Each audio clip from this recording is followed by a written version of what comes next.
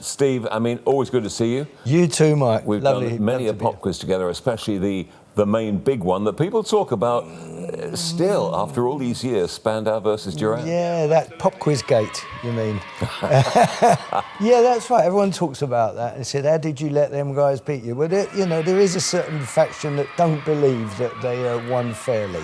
Yeah. I think we should just leave it at that, really, because they're not in here to defend us. I've got a feeling that there might not be a rematch. It might be too spread out for it. It was great fun, though, wasn't it? Oh, absolutely, terrific fun. Yeah.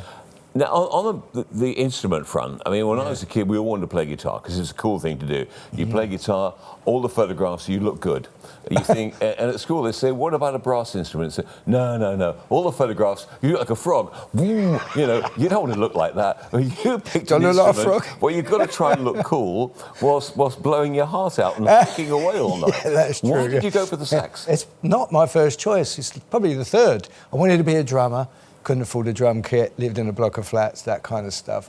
So I thought, well, okay, what's next? And I thought, guitar. I'm a guitarist, that's my first sort of instrument. And then Spandau 80, 81, we were getting a bit funkier, the clubs thing was still going on and that, and I brought out that sort of Latin stuff, stayed with me. Then I looked around, because Gary, he kind of slipped in there when I was into the percussion. I thought, right, I got back a bit more on the guitar. And we always shared rhythm and lead. And then all of a sudden it was like, there's no gaps for me. He's got both nailed here, you know.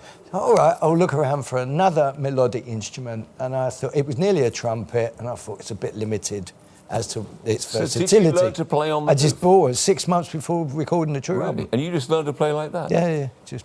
Wow. The fans must ask, because when I put together this montage and stuff, there are you singing, you're playing the bongos, you're playing the sax. The fans must say, why don't you bring a single out?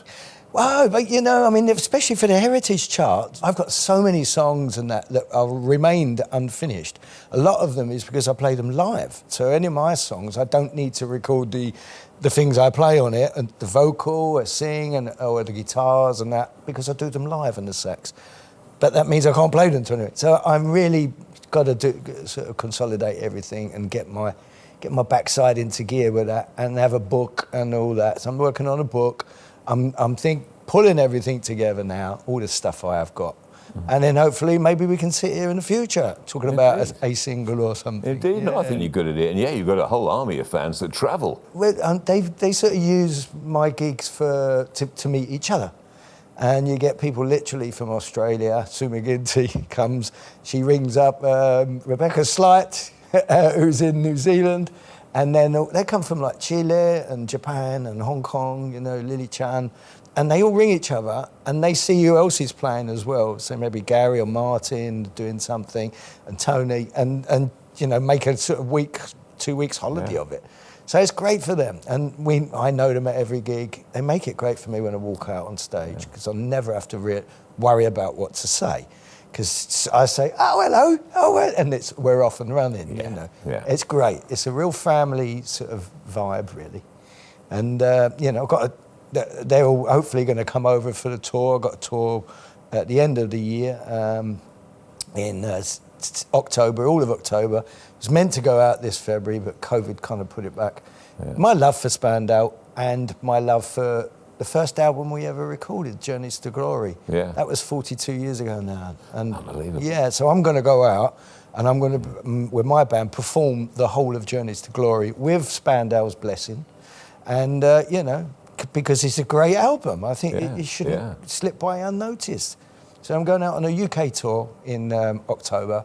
Very much looking forward to that. And I found the kilt, the original kilt that's in the first video. Oh, really? And I never put it on until this photo session. Does it still fit, is the question? Yeah, it really does. It's about that big, maybe that much too small. I was skinny Galini back then, but...